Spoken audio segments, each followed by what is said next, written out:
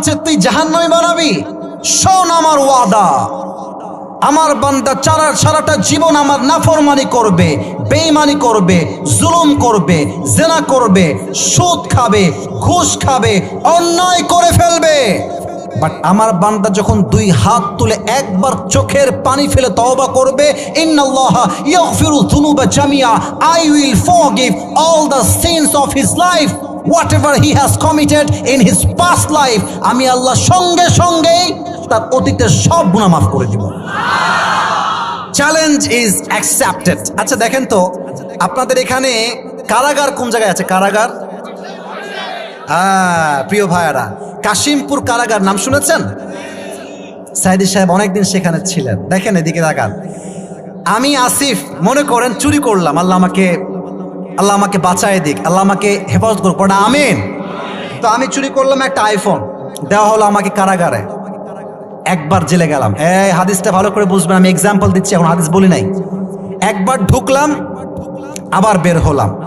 Next আমি চুরি করলাম R15, আবার ঢুকলাম জেলখানায়, আবার আমি বের হলাম 1 বছর পরে, আবার আমি চুরি করলাম বিশাল বড় BMW, আবার ঢুকলাম ভেতরে, আর একবার অন্যায় করলাম, আবার ঢুকলাম।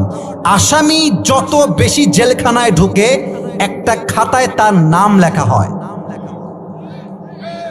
কি লেখা হয় কি হয় না? তো যখন একজন আসামি বারবার আসছে জেলখানায়, তখন তার নামে একটা রেড চিহ্ন পড়ে যায়, তাকে বলা হয় দাগি আসামি বা ব্লক লিস্ট, তার নাম চলে যায়, তখন সে হয় দাগি চোর, দাগি আসামি। আল্লাহর আদালত দেখেন, আল্লাহর আদালত আসলে কেমন। আমি একটা অন্যায় করলাম, গুনাহগারের খাতায় আমার নাম লেখা হলো। আচ্ছা আমার কথা কি বোঝা যায় তো? আমি মনে করেন এখন সুদ খেলাম, আল্লাহ আমাকে হেফাজত করুক, সুদ খেলাম, নাম লেখা হলো সুদখোর আবরারুল হক আসিফ। আমি ঘুষ খেলাম, নাম লেখা হলো সুদখোর আবরারুল হক আসিফ।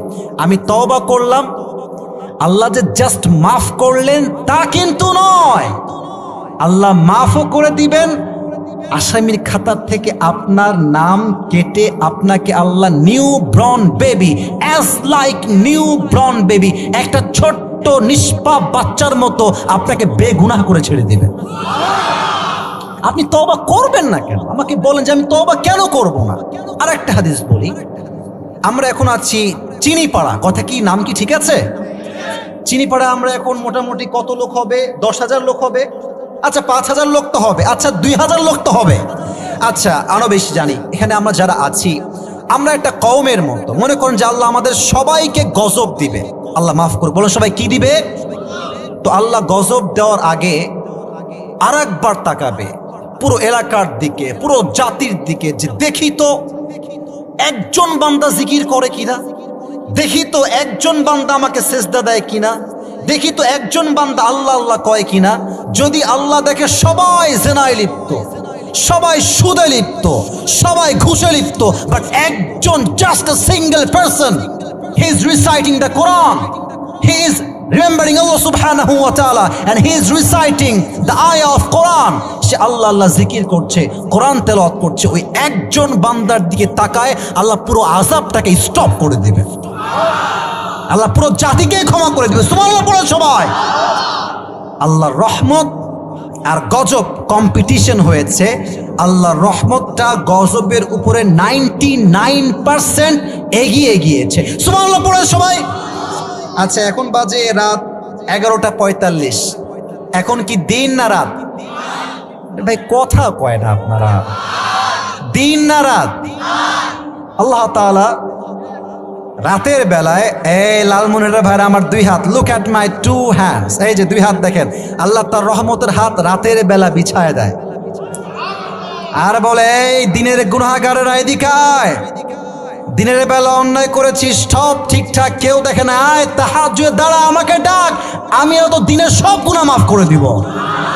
যে রাতের বেলা জিনা করছে, গুনাহ করছে, সুদ খাচ্ছে, মোবাইল ফোনে পর্নোগ্রাফি দেখছে, গান শুনছে, প্রেম করছে, আল্লাহ দিনের বেলা ফজরের পরেই সুবহে সাদিকে রহমতের হাত বিছিয়ে দেয় বান্দায়। রাতের বেলা অন্যায় করেছিস, দিনের বেলা তওবা কর, রাতের সব গুনাহ আমি আল্লাহ তোকে মাফ করে দিব। আয় এই যে আপনারা বসে আছেন, জমিন বা মাটি, এই জায়গার নাম কি? মাটি। বলো সবাই, কিসেও বসে আছি আমরা সবাই? আচ্ছা, এই স্টেজ যেখানে আছে এটা কিসের উপরে আছে? মাটি। এই মাটি প্রত্যেক দিন আল্লাহকে বলে, আল্লাহ একটা পারমিশন দাও, তোমার সব গুনাহগার বান্দাগুলোকে মাটি 2 ভাগ করে ভেতরে চাপিয়ে মেরে ফেলবো। প্রত্যেক দিন পারমিশন চায়। প্রত্যেক দিন সমুদ্রের পানি বলে, আল্লাহ একটা আমাকে পারমিশন দাও, 2 পাশ থেকে পানির এমন ঢেউ তুলবো সব গুনাহগারগুলো ডুবে মরে যাবে। আসমান বলে, আল্লাহ আমাকে পারমিশন দাও, আসমান ভেঙে পড়বে, সব গুনাহগারগুলো ধ্বংস হয়ে যাবে। আল্লাহ কি বলছে দেখেন, এই স্টপ। এটা আমি বলছি না, আল্লাহ বলছে, এই স্টপ, খবরদার। ইন কানা আবদি ফামিন্নি ওয়া ইলাইয়া আবদি, যে তোমার বানানো বান্দা হয় তোমাদের যা মন চায় তাই করো। ওয়া ইন কানা আবদি ফামিন্নি ওয়া ইলাইয়া আবদি, যদি এটা আমার বান্দা হয়, আমাকে আমার মতো আমার বান্দাকে রহম করতে দাও। এখন এক ফেরেশতা বলছে, আল্লাহ বুঝলাম যে আপনার বান্দা সব আপনার শক্তি। আচ্ছা আল্লাহ, আপনি কি দেখেন না যে টাটকা মুরব্বি দাড়ি পেকে গেছে এখনো সুদ খায়? আপনি কি দেখেন না? আপনি কি দেখেন না টাটকা মুরব্বি এক পা কবরে চলে গেছে, তাও এলাকার মোড়ে ডিসেল লাইনে টিভি দেখে? আপনি কি দেখেন না?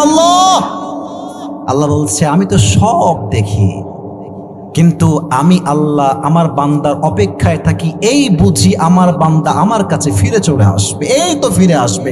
সুবহানাল্লাহ পড়েন রে ভাই আপনারা সবাই। অতএব এবার সবাই এই হাত, ডান হাত বুকে রাখেন। ওয়াদা করাতে হবে তো আমাকে, আমি তো ওয়াজ শেষ করি না, কেবল তো ওয়াজ আমার মাঝের দিকে আসলো। এই হাত এখানে রাখেন, বলেন সবাই হুজুর। না, এটা সাউন্ড হয়নি। বলেন সবাই হুজুর।